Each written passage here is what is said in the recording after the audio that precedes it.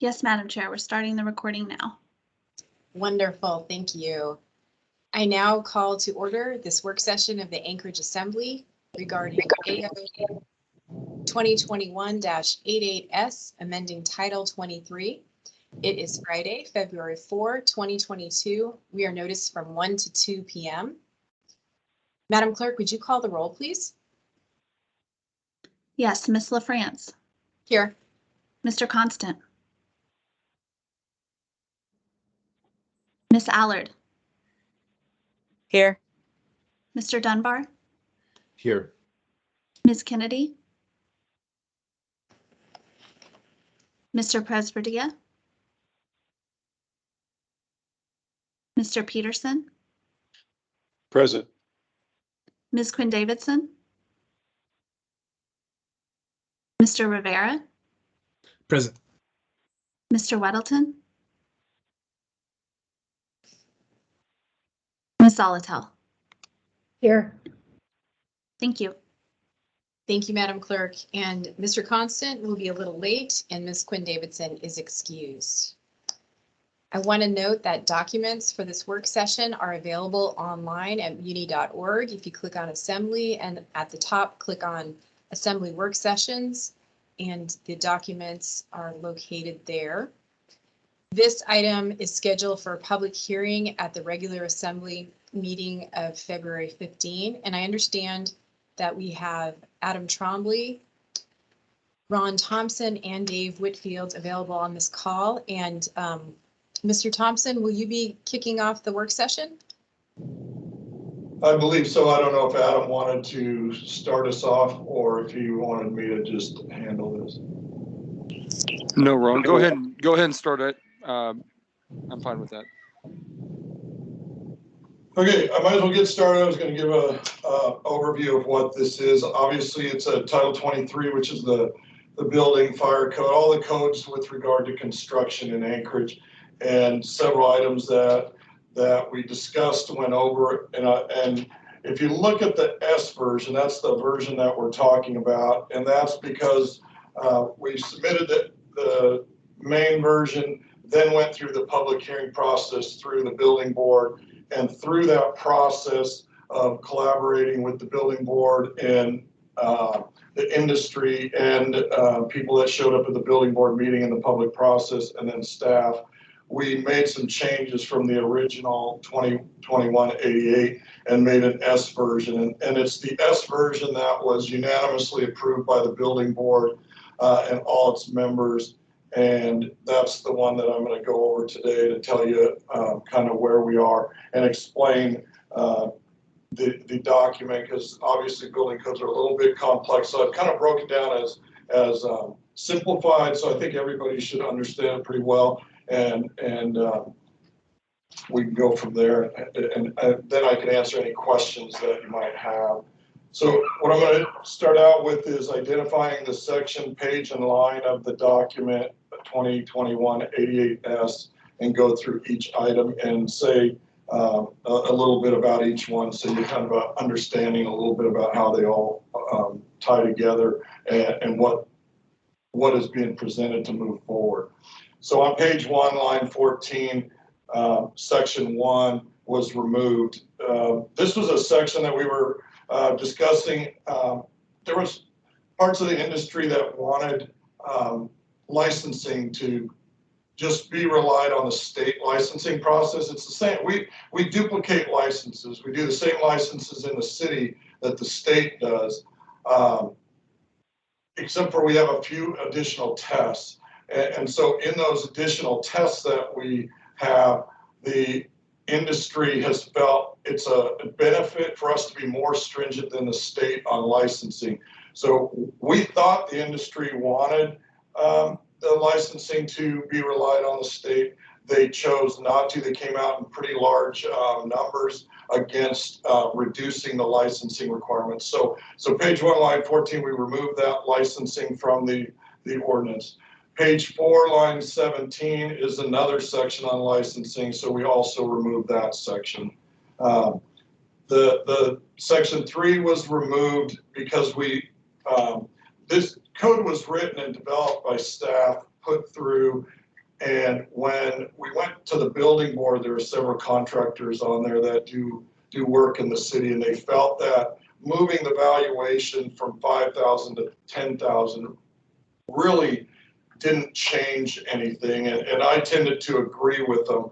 And therefore, we removed that section that required permits move the limit up to 10,000. We just left it at 5,000. So we were leaving it as the code currently writes. I think in the end,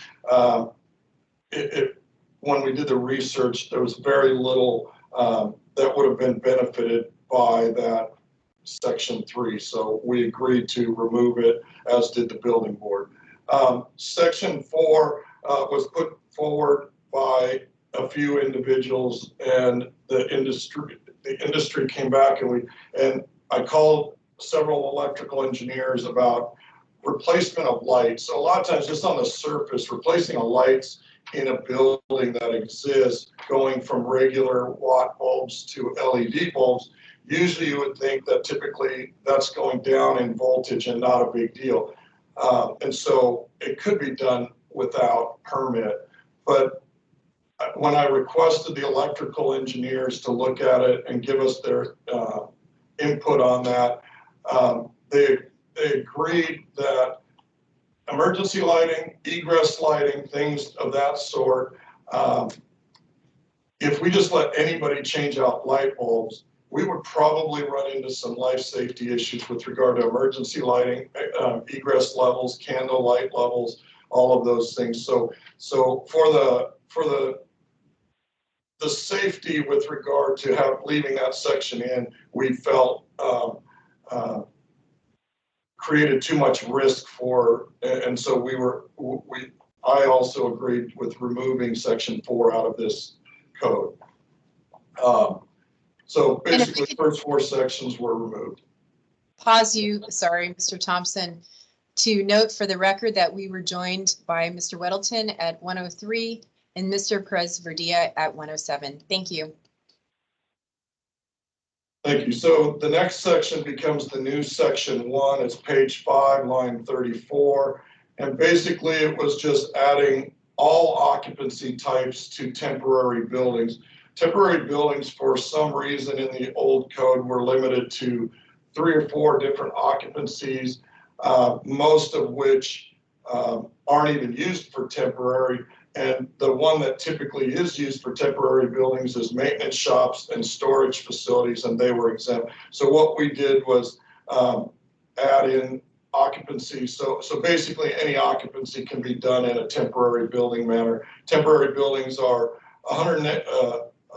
a 180-day permit with an extension of 180 days. So in most cases, it doesn't matter whether or not any occupancy is, because it's going to go away within 1 year's time at the worst case. So we felt that it was in practice being handled that way, and we clarified code, so it made it legal to do that. The next item was new section item 2. Mr. Thompson? Yes. I do have a member in the queue for you with a question. Mr. Dunbar? Thank you, Madam Chair. Ron, for that section, changing what's allowed in temporary structures, does that impact housing or, housing or sheltering people in this living in one of these kind of structures? Was that already permitted, or is that changing in any way? It does change it. Our occupancies, which is a occupancy that houses people, and they were not allowed as a temporary building prior to, and this would allow them to become a temporary building if necessary, if someone wanted to submit that. So yes, it does affect and allows for residential type housing in the event that temporary was needed, and it would be legal without having to obtain some type of alternate means and methods. What was the justification for having it prohibited before? It was probably just left that way for years. I don't know. When I was here before, so I used to be building official a decade ago. I thought all temporary buildings were allowed, all occupancies. I didn't really see the research on whether or not why it wasn't, but and so we just looked at it in reality for safety and determined that if we open it up to all occupancies, there really is no safety hazard because temporary buildings still have to meet building codes. Okay, thank you, Madam Chair. Thank you, Mr. Dunbar. And Mr. Weddleton also is in the queue. Mr. Weddleton? Yeah, thanks. I think I got here a couple minutes late, but I'm losing track here as we go through this. I think the section numbers that referring to. So I'm going through the S version, and I guess I'm failing to keep up because I see the licensing was lots of deletions related to that section 1, the old section 1, and then section 3 was kind of raising the bar on like sheetrock and stuff like that. And you referred to that, did you refer to that as section 3, Ron? It was the old section 3, correct, and that means there's a line struck through section 3. Right. Yeah, so I got that. So when you're going through, are you referring to the old section numbers then? No, I'm referring to page and line, so I'm calling out the page and the line and then saying removed section 3. Now, later on in the document, there'll be a new section 3, and so that one will be in the document on the page and the line that I say, but it will be not crossed through. It'll say the new number. Okay, I hate to hold people up here. So we are now on old section You're on 5. page 5, line 34, Okay, which was new section 1. okay, and that's okay. Good, I'm caught up. Thank you. Okay. Sorry Thank you, about Mr. that. Weddleton. And I just want to note, Mr. Dunbar put in the chat, we are on new section 1, old section 5. Okay, Mr. Thompson, back to you. Okay. Page 6, line 7 is new section 2, old section 6.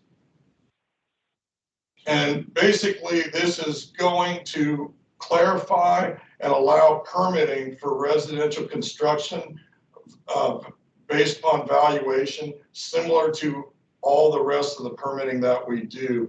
At some point in the recent past, I don't exactly know why it was changed for $40,000 valuations and below, but it needed to just match existing the code for all the other valuations. And so this is a clarification to just eliminate that little fee area for 0 to 40,000 square foot residential and permit them and do the fees similar to all other aspects of permitting. So so we don't have to have two methods of calculation, one based upon number of inspections and one based upon valuation.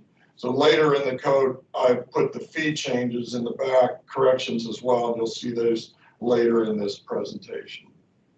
And I just want to note for the record, we've been joined by Ms. Kennedy at 1:12 p.m. The next one is page 6, line 31. It's new section 3. At some point in the recent past, maybe the last time they did the code update of a year and a half ago, they added a maximum audit feature for the building department to only audit up to 8% of the exempt permits. The problem that I saw with that is we have typically 4 people in town doing these exempt reviews, which means they're all doing about the same amount. So they're all doing about 25%. If we ran into a problem with one of these designers approving these exempt permits, we by law would only be able to do the audit on up to 8%. And so I discussed this with the majority of the people in HBA who perform or who submit exempt permits, and they agreed with me that removing that limit and then having an internal policy written for what our audit role or normal audit procedures would be better, and it would allow us not to get caught in a limit if we had a safety violation. And I was really concerned with the fact that if we have 25% of the reviews done by one person and that person missed quite a few items, and we found that in the field, that we would have trouble legally trying to review all 25% of his projects. And so we're leaving the audits in there, just allowing not to have a cap on what we can do. And Mr. Weddleton is in the queue. Mr. Weddleton?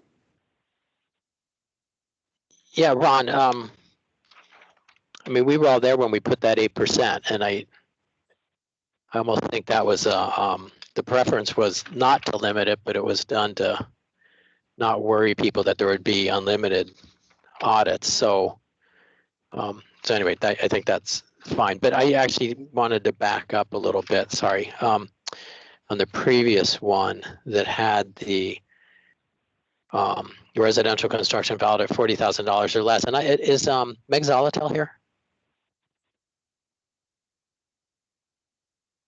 I think that was when we did the building code stuff. I think that was a result of an amendment she did. And I believe the intent was for smaller projects that it would be cheaper, that would only need, a couple inspections. You are correct. The intent was, but in actuality, they were costing more. And so we agree with you that the intent was, this was an unintended consequence, but the number of inspections by calculation were actually costing people more. So what would happen here in the last 6 months that I saw, people would submit the permit in at 41,000, 42,000, even if it was lower, because the fact that they knew it would be more expensive to do a smaller project. And that just seemed like we needed to fix that loophole in the code. It was unintended, but it was happening in an incorrect manner. And actually, what I think it does when you have small permits that cost more money, it encourages people to do work without a permit. And so that's the thing that we try not to do, is try to keep people doing permits so we can make sure that it's safe for the person doing it now and the person buying it or purchasing it or walking through it. And so whenever I see things that encourage people to not get a permit, I think we take note and we try to fix those, and that's what was happening there. All right, thanks. And I think we had something parallel with roofing that we already changed. Correct. You guys, I believe that was fixed in the early spring before last construction season. Yeah, okay. All right, that's good. Thank you, Ron. Thank you, Mr. Weddleton. Okay, the next is page 7, line 6. It's new section 4. And basically what this did, and it was very evident in the last 2 years, especially with rising permit costs, rising supply costs, people would come and go. They'd buy a permit, they start going through plan review, they put it on hold for a little while, and then they come back. There were some restrictions in the building code that prevented the building official from extending those plan reviews and extending those permits. And so this one is for the plan review portion, that the building official, under extenuating circumstances that weren't circumstances beyond their control, prevented the plan review from getting done in the timely manner, that the building official can use discretion and extend that permit without having the person to cancel the permit, refile, pay new fees, and move forward. So I think it's very evident in this past year with the rising costs. And so hopefully that makes sense there. And I'd just like to note for the record that we were joined by Mr. Constant at 118. Okay, the next item, page 7, line 26. This was the removal of the limit on when the building official can extend a permit. The last one was plan review. this is the piece for the permit that for the same reason, if a person gets a permit, they have 360 days to get started. And as you guys probably all know, there's permits in the building department that were started near the beginning of COVID, went on hold. Some of the prices went up. They've held everything. And now all of a sudden we're getting a lot of calls to get those started back moving. And so I believe that this is very timely, and I think we're ready to kind of step up and allow the building official the discretion to be able to extend those permits without costing developers, contractors, and owners more money to reopen it. The next item, page 8, line 28, it's new section 6. This is the portion that I talked about on the residential $40,000 and less. It shows the location of how to calculate the permit and allows the wording for changing those fees. There'll be one more change in that because there's a table that need to be changed, and I'll get to that in a minute. The next one again is page 9, line 5. It's removing section 11. It has to do the same reason with licensing that I gave before. The industry felt like Anchorage wants to be above the state standard. The next item is page 17, line 38, new section 7.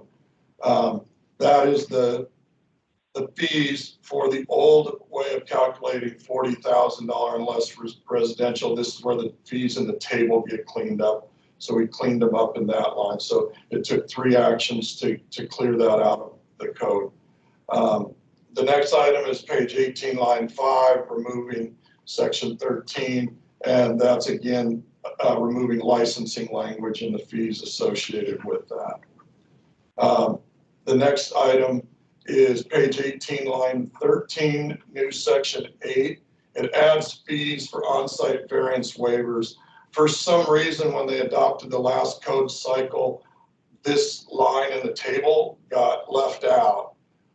So this is basically going back to status quo from when it was in code prior to an errata and an omission. We checked with legal to see if, because it was an errata and omission, not by accident, if we could put it in, and they recommended us putting it through in the new ordinance fashion rather than dealing with it as an errata. The next item, page 19, line 8, again, it's a licensing. Yep. Before you move on, I've got Mr. Dunbar in the queue. Mr. Dunbar? Thank you, Madam Chair. Ron, could you slow down for just a second and explain this a little bit more? Because, I do think this is, particularly when this comes to the floor, if there are members of the public there, it's going to be extremely confusing for them. And so what you just said, so I'm looking at the old section 13 on page 18, right? Yes. And what you're saying is, so if you look at these different things, so you would propose a deletion of some of these fees, but now you're deleting that section, so we're no longer removing those fees, but you're saying that those fees are in error. Is that right? No, that's no. You were correct before you said the last statement. We're removing the fees because the industry chose not to. They wanted the extra oversight for licensing. Got it. Okay, so the fees are going to remain in place. Yes. And they were proposed for deletion, but the industry feedback was, please keep these fees in place. Exactly. Overwhelming support for keeping them in place. So what was the point about the error and errata? What were you talking about? Okay, that was the next line.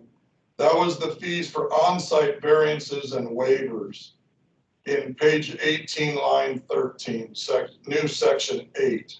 Oh, okay, I got it. I apologize. So I just conflated the two. That was somehow left out of the fee table that was adopted by the assembly a year and a half ago.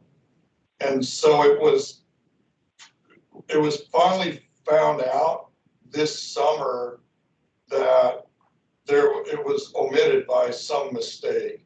Got it. And therefore it's been too long. And since it's been too long, legal requested us to just put it back in code in this manner by making the actual official wording.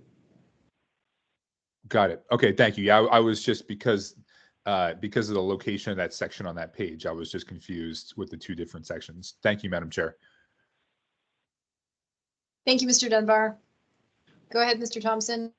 Okay, yeah, a little bit of the confusion too is because these codes are in order, everyone we put it in the order of the code, and because of the order of the code, we jump into one and then we come back to it because it's further down in the code. So we felt that that would be the most clean way of doing it. Just go from front of the code to the back of the code and not skip back and forth. So that's why we did that. Now on page 19, line 8, it's removing section 15. Again, section 15, the old section 15 has to do with licensing and overwhelming support to remove. So we're removing that piece.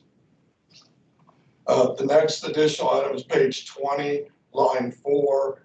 We removed section 16 because in the action that Assemblymember Weddleton was just talking about, that they handled the roofing fee increases, this ASCE code section was added as well. So we don't need it anymore. It was an oversight that we thought it didn't get approved, but it already was, and it was already in code. So we're just removing it as a clarification. We don't need to do it again. The next item is page 20, line 22, and that's new section 9. And basically, this is just like the on-site fee for variance and waiver. The special inspection licensing fee somehow got omitted in the table when the code was adopted and left out. And so we're putting it back in. Same reason, because legal said it's been too long since that was adopted. We need to, or since that was omitted, therefore we need to put it back in legally by ordinance. The next item is page 20, line 41, a correction in code in regards to seismic design category D and F as per geotech. This is, obviously it's a technical issue. Bottom line, the Geotech Commission went through the codes. It actually simplifies design requirements for residential construction and makes it simplified and easier to get to the requirements in our very strict seismic environment. So it's actually a very positive thing, and the Geotech Commission supported it, and therefore we're moving it forward because it will simplify earthquake engineering in foundations in Anchorage. The next item, page 21, line 40, is new language allowing air admittance valves. Air admittance valve is a plumbing device, mechanical device that goes on the ventilation system of your plumbing system. And what happens is these have been approved in code in the International Plumbing Code for over a decade, in some case, kind of close to 2 decades. But for some reason, we use the UPC in Anchorage, the Uniform Plumbing Code, which is a different code body, and they specifically didn't include it in their code. So I do want to say in this case, there was some discussion. Most engineers, most plumbers thought that they would be good, but to verify and make sure that they worked, we worked with Local 367 Plumbers and Steam Fitters Union, and we went over, they mocked up a plumbing system for us, and we went over there and tested the use of these devices. And at that time, the local plumbers and steam fitters agreed with being added into the code. And so therefore, we made some local cold weather climate requirements in there to let them work. But they basically allow you to do an addition on a house without having to open up all the walls and the ceiling to find a vent somewhere else in the house. So it's a really good thing. They use them all over the country. And so we just wanted to, they want the ability to use them here. And with the support of the local plumbers and steam fitters, we were able to get and test and verify that they do in fact work, and we made the conditions to prevent freezing in attics, so we don't allow them in the attics, and that's the main change there. So that was what I think is a real positive success whenever we can work with local individuals to get things done like that and truly test them. So I wanted to mention that and thank them personally for that. Page 24. Yes. Mr. Weddleton in the queue. Go ahead, Mr. Weddleton.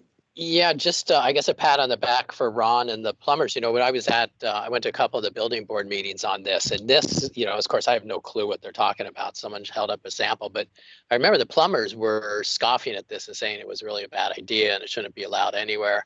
So I'm really impressed that you went and tested it and that they turned around. That was it's quite a switch. Thanks. I agree. I was at that meeting, and that's why we wanted it. I mean, we wanted these changes to be ones that work for everyone, work for the installers, work for the owners, work for us to be able to enforce correctly. And so that's why I kind of highlighted that, because I agree with you, Mr. Weddleton, because I think it is a success, and it's not specifically mine, but the building board members that are plumbers, the building board members that are mechanical engineers, the local mechanical engineers association, and the plumbers and steam fitters and installers all did actually work very hard and came to an agreement that these things work. So I agree with you. It's a really cool time frame for that. Thank you, Mr. Thompson, and thank you, Mr. Weddleton. I've got Mr. Gates in the queue next. Yeah, thanks, Madam Chair. Mr. Thompson, I just wondered, there's this language starting at the bottom of page 21 at line 45. It's the S version, and then I guess it's replacing what was in your original ordinance at the middle of page 23 that's got strike out.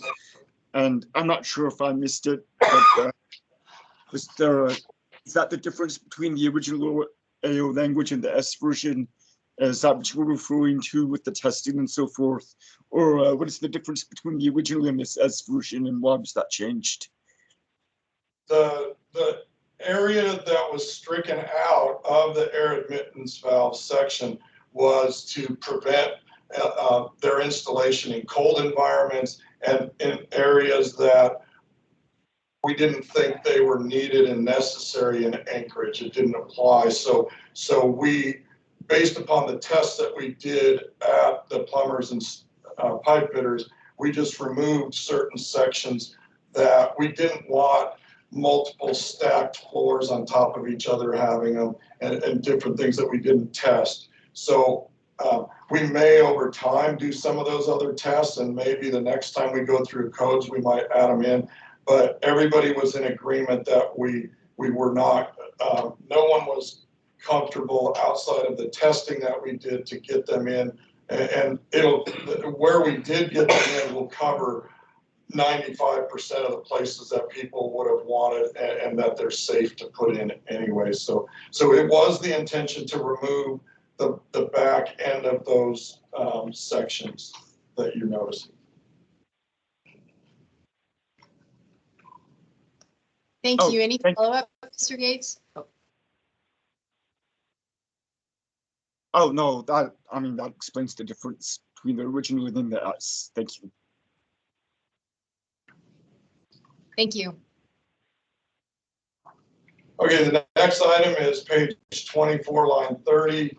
We removed section 20 because we made a change on ADU language also in Title 21 that you're going to see in the next work session. And so this language was no longer necessary to be in the code. So we removed that language and didn't need the code change. Page 24, line 41, we added new definitions for driveway and limited access roadways in the fire code.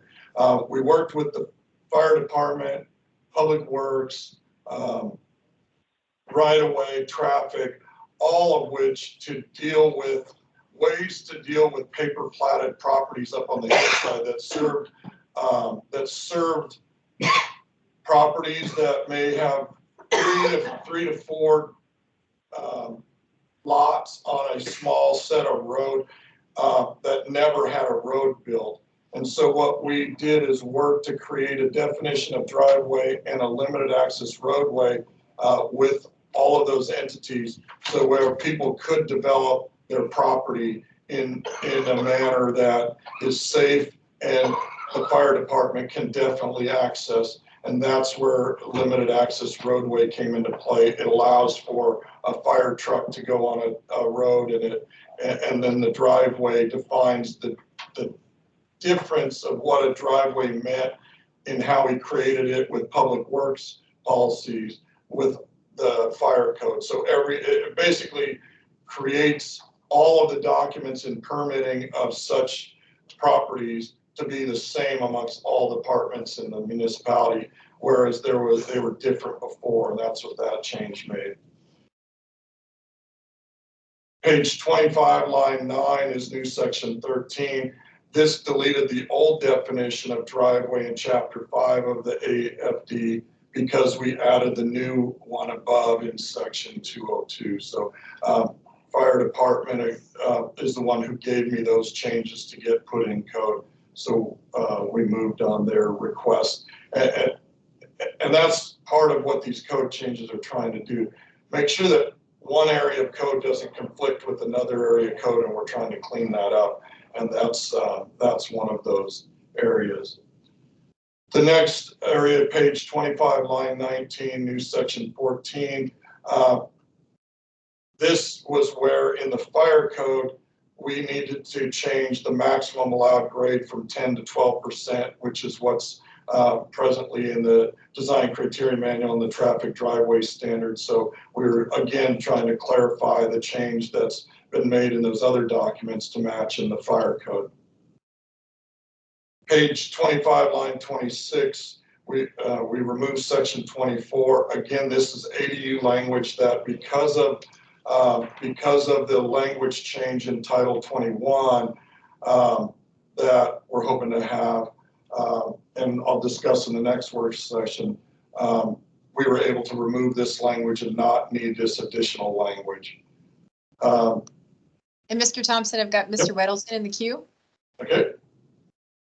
Yeah, thanks, Ron. I'm just backing up a little bit, and this might be more of a Dean question, but in the new section 14, just the statement replace both instances at 10% with 12%. Is that an appropriate way to show something in code, Dean? Do we have to show the wording in the actual changes?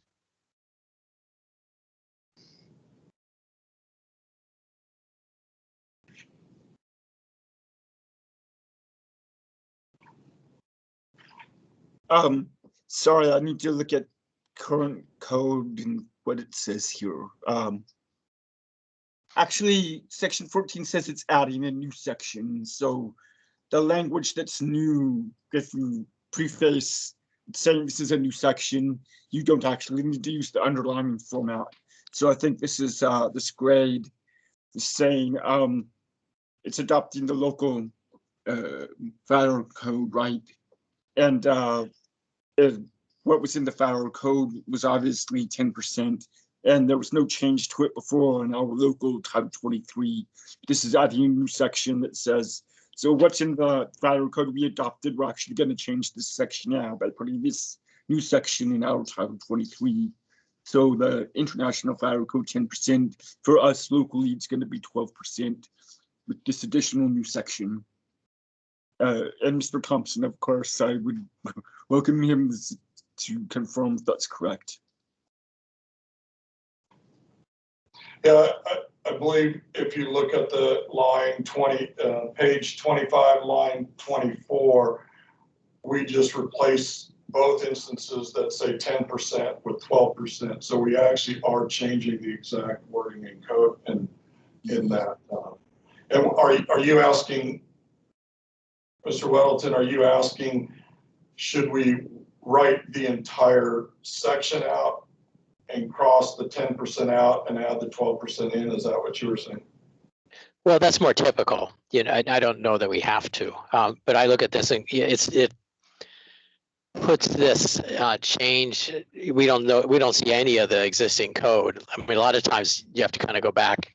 I look online and have the full code out there to get the big picture, but so it's just unusual. I don't know that it's wrong, but it is actually quite a big change too. I know previous traffic engineers have been very adamant that 10% is the max, and to go to 12%, I know that's been a real a number of developers over the years have sought variances to get over 10%. So this, and I know Eagle River's got plenty of roads that are well over 12%, I think, but this is a big change too. Yeah, I would say that the code used to be 15%, and then it was moved down to 10%, but there was a specific exemption right in there that if you went up to 12%, you could do this, this, this. So we just went to that language for 12% because it was already in there as an automatic approval to get to 12% anyway. So it's not really as big a change as you would think, because up to 12 was already defined how it could be administratively approved, if that makes sense. Okay, I see. All right, thanks. Yeah. Thank you, Mr. Weddleton. It looks like someone has their hand up and I can't tell who that is. That's Adam here. Ron kind of discussed that a little bit, but one of the things that we tried to do in a lot of these codes is that, you know, if we're consistently granting variances, allowing up to certain, like in this case, 12%, very rarely is the variance not granted. What we're saying is that if we're already going to be granting it, then let's just allow it, because it's one less step that people have to make, and hopefully will help reduce that cost of development. That was another mindset as we developed some of these codes as well. That's all. Thank you, Mr. Trombley.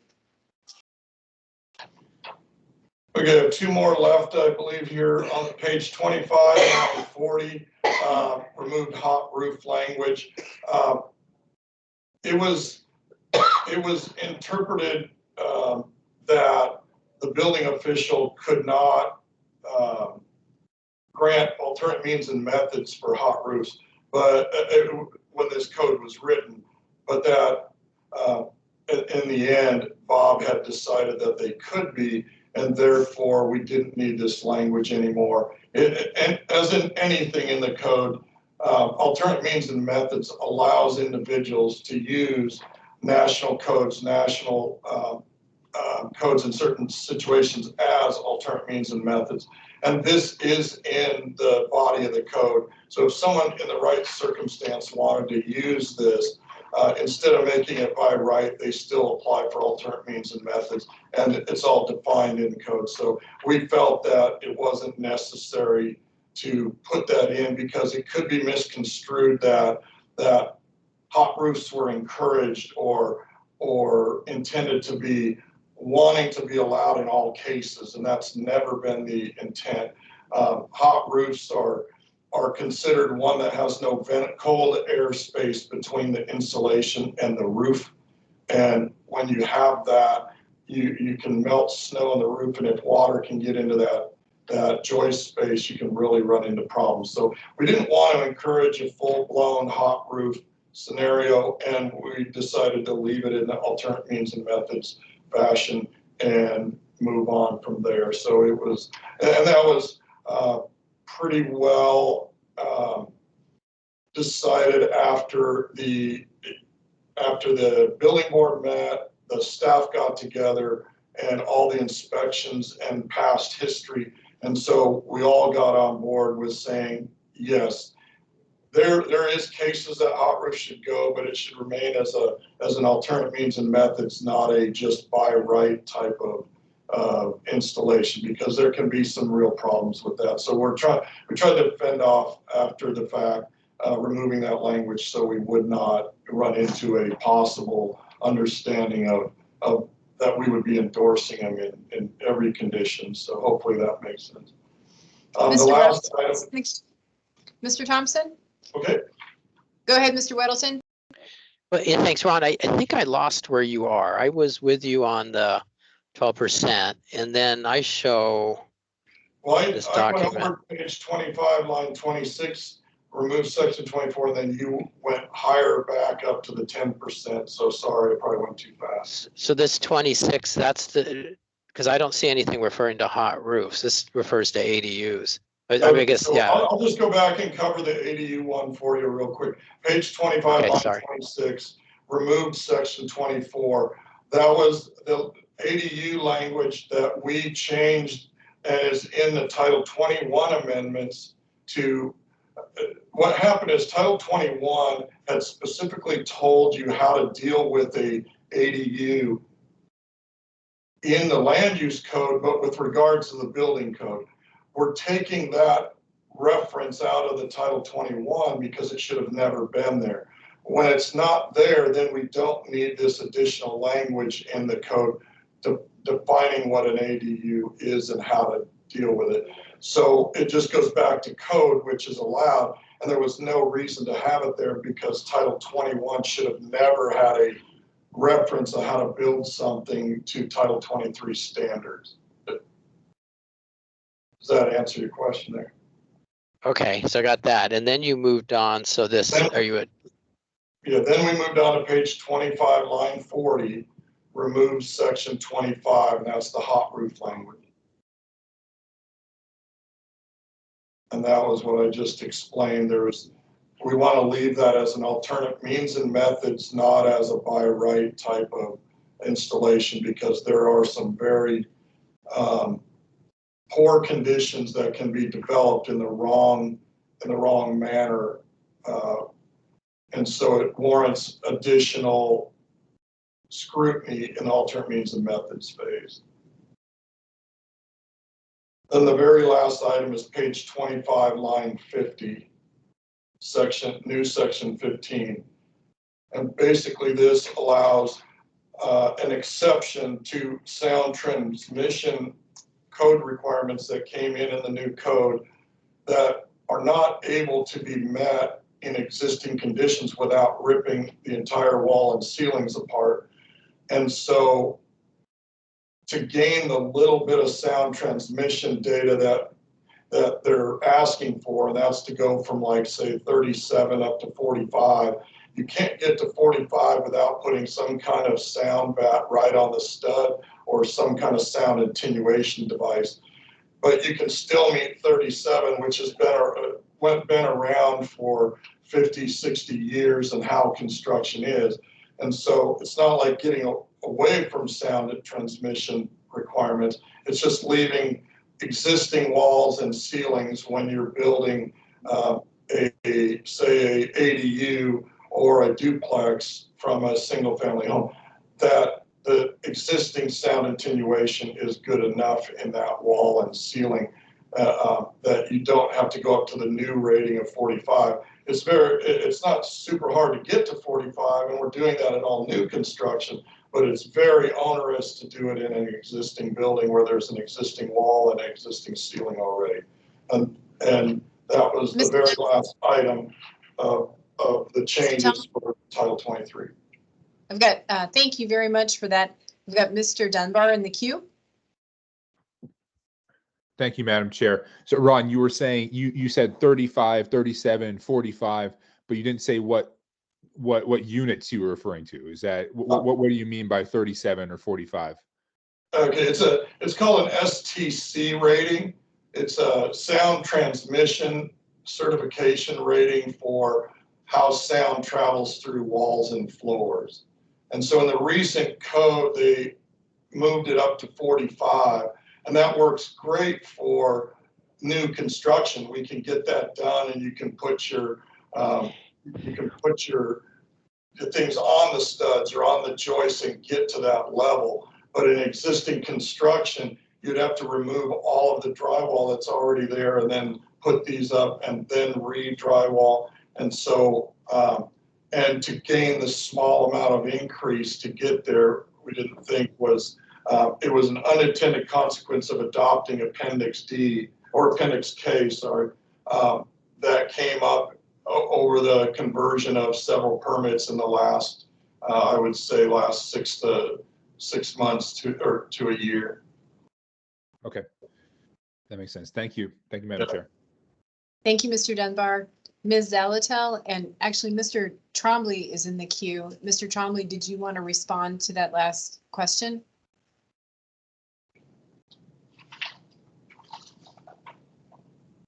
No, I just wanted to ask Ron, not in regards to this, but Ron, if you could talk about some of the amendments that we have as well. I wanted to make sure we didn't forget about those. That's all, Madam Chair. I have those here that we can talk about. Okay, that's all, Madam Chair. Thank you. And Ms. Zalatel, you're in the queue. Thank you, Madam Chair. Before we move away from the sound attenuation issue on duplexes and ADUs for existing construction, can you talk a little bit about the intersection, particularly to turn an existing property into a duplex? Wouldn't the sound attenuation kind of be taken care of with the other fire and the other requirements, you know, for separation between those types of buildings for a retrofit? I would say a duplex is typically owned by the same person. It's not a dual ownership type of scenario, unless it happens to go through a side-by-side that happens to be a unit lot subdivision. So typically, no, people renovate their houses and try to put a wall where a door used to go through and then put a new kitchen in the other side if the zoning district allows for a duplex. Most zoning districts allow for an ADU, and obviously there's a lot of encouragement of ADUs this day and age. And so what we didn't want to do is have all these places that they're suggesting possible benefits for ADUs and encouraging them, and the 2040 plan encourages them to have a building code that basically would almost cost prohibit them from being built. And what we felt is to go from a typical just a drywall stud wall, you know, you're going from a 35 to 37 to have to take that drywall off, put in sound attenuation or channels and metal to separate and sound break to gain an STC of 8 more isn't encouraging. And so I researched quite a few places around the country, and most jurisdictions, a lot of them, not all of them, some of them made you do it, but many of them have this amendment in there allowing the exception for existing construction to create affordable development of ADUs and possibly duplexes in the event that they can do a duplex. You know, typically it's not all the time that most of these single families, most of them would already be a duplex, if they could be a duplex, right? Because the zoning allows it. What's going on, so. Hopefully that helps answer that. No, actually it didn't. I'm sorry. I get the ADU part. I'm not worried about the ADU part. My question was really related to taking an existing home that is zoned and allowed for duplex. It doesn't, to me, there's other requirements in code, if I understand correctly, particularly around fire barrier and separation between the two units. Wouldn't that necessarily take care of, again, the sound issue for the adjoining units? Like, I don't know, I guess it's more, I'm misunderstanding.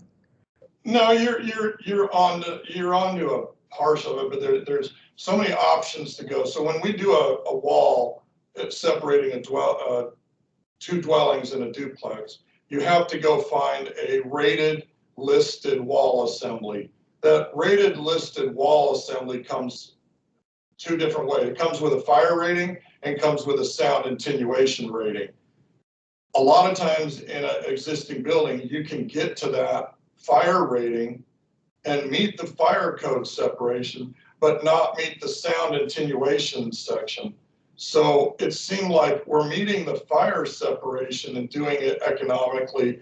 Why would we hold up the economical development of a separation just because of a sound inside when we already have to look up the rating? And when I say that most rated walls and most separation walls are existing at 35 to 37. That's why I know it's 35 to 37, because of the rating and the listings that we have to get for these walls.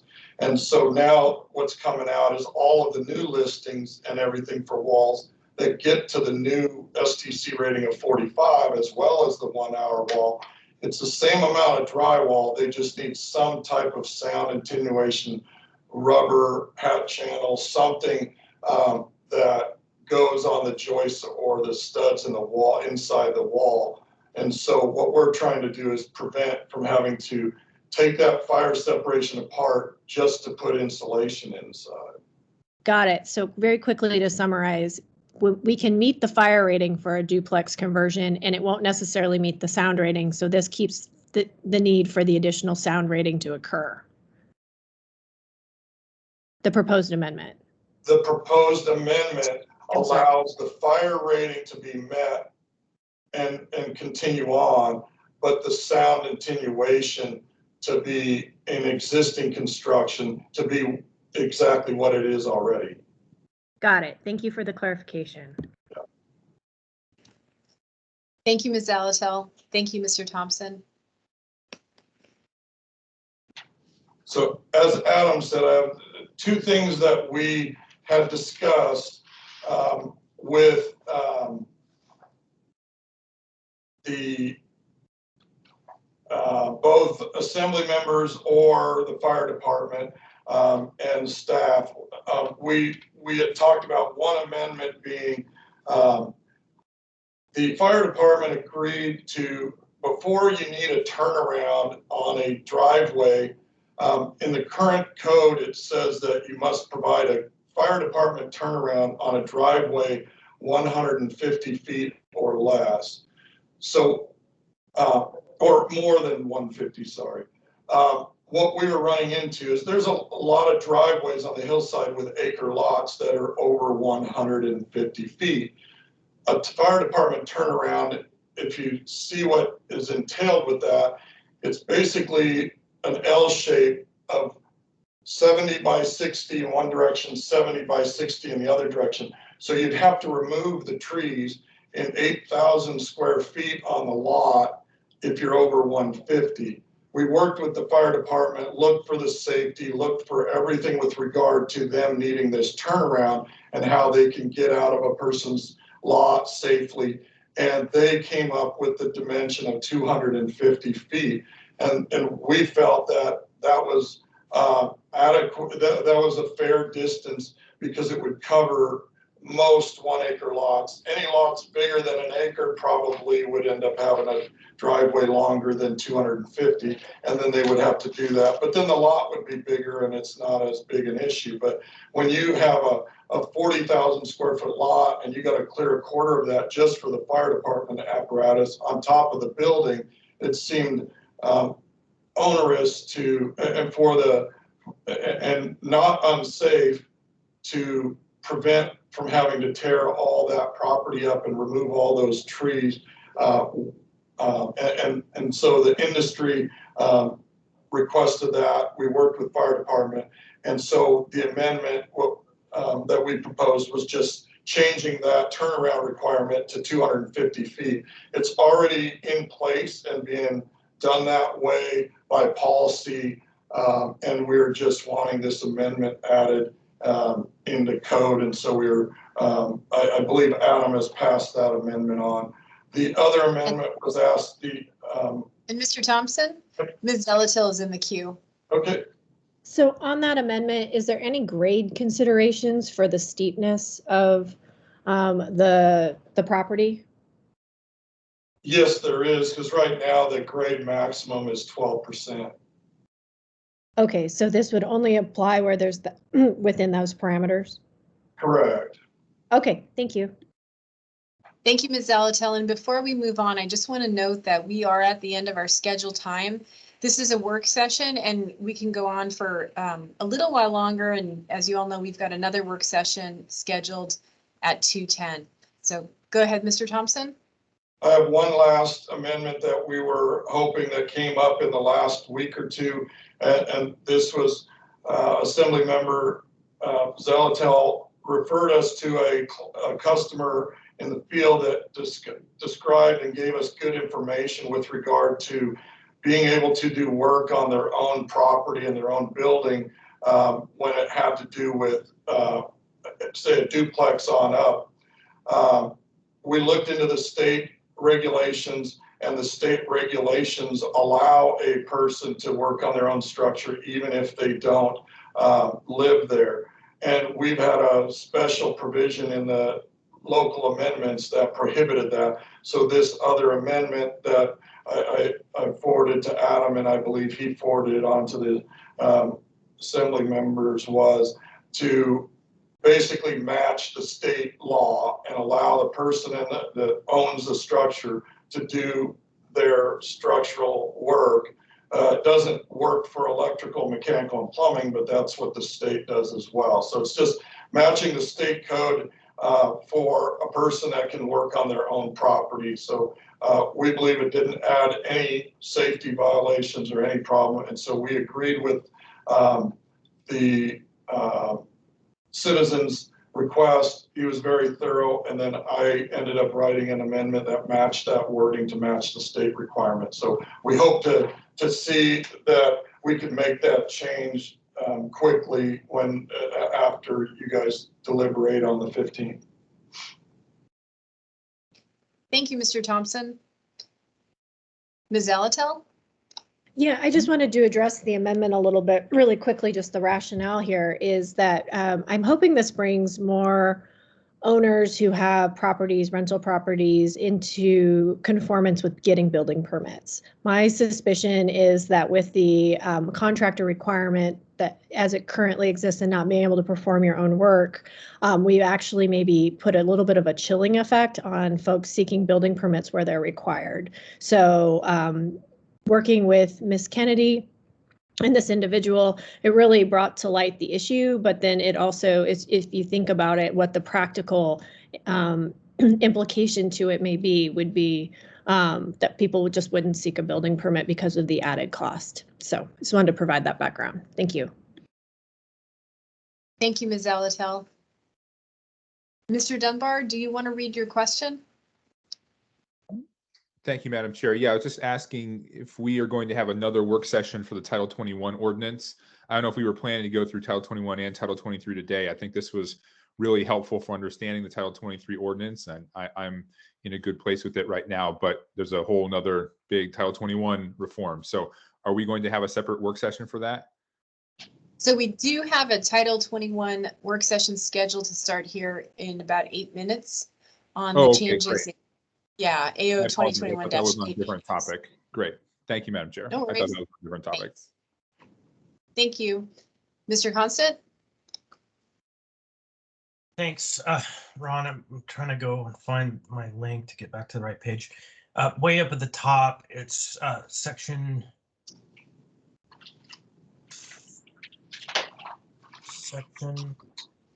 1, part 23.10.104.3.1. So it's page 5, I guess. And I'm sorry I missed the beginning, and I know this was addressed. I just need to make sure I understand what's going on here. The deletion of temporary structures limited to group A, B, M, and U occupancies. Can you describe first for me what are those occupancies that we're proposing to delete and why? So what we're doing on this one, Assemblymember Constant, is we are taking the prohibition. Right now, only group A, B, M, U, and are available for temporary.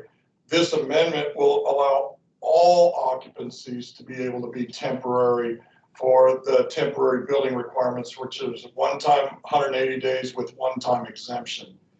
So basically, it's the old code gives you group A, which is assembly, group B, which is office, group M, which is retail, and group U, which is residential garage.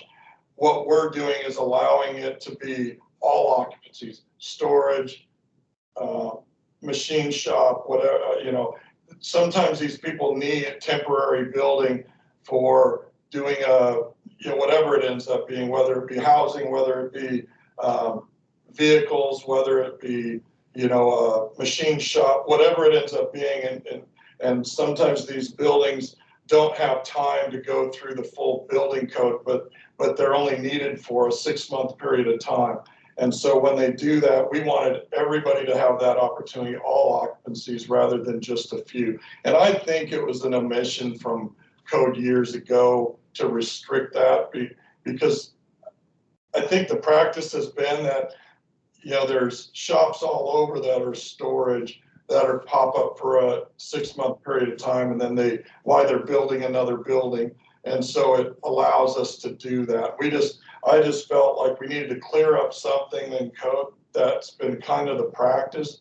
But at this point in time, we wanted to not limit those occupancies. So I heard you say 180 days plus a one-time 180 days. So that's basically a year. And what this raises, you know, what are the standards by which the building official can waive requirements? What are the requirements that are waived? Obviously, that's not set out here.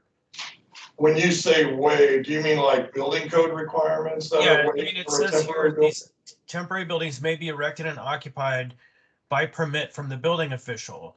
And so the whole section is to waive some requirements, may be erected without meeting all requirements. And so what are the elements that the building official can, by dicta, waive? Basically, what a temporary building does is it allows for you to do, for instance, you guys might know because you probably adopted the contract for the solid waste services repair facility out in Highland Road, that they had to put in a maintenance shop because their maintenance shop got destroyed in the earthquake. That building, that tent building out there, was a temporary building. It's been a temporary building and now they're turning it to permanent. Basically what a temporary building does is gives you some time, not have to put in all the zoning requirements, not have to but they don't really waive anything on the building codes, fire codes, except for foundation. So typically all snow loads are met, wind loads are met, egress is met, all of those type of things are met. And the only reason for a temporary building is so you can save a little bit of money than having to put in a full foundation and or putting in full zoning requirements. So the temporary building and zoning and the temporary building in the building code help save people from having to spend I money. understand the principle. So, and you just listed 3 very important ones to me for wind, snow, seismic, and egress. And those you're saying can't be simply waived by the building official. Correct. That's important because this whole section makes me think about the possibility of a rapid temporary shelter for homeless individuals being erected. And the initial proposal that I had seen had issues with wind and snow that didn't meet the code. And I want to make sure that we're not putting people in harm's way for a temporary solution. No, what you're saying, if somebody, and I would say that there are buildings in town that they have to go through an alternate means and methods process to install a building that has some engineering basis for doing something other than in code.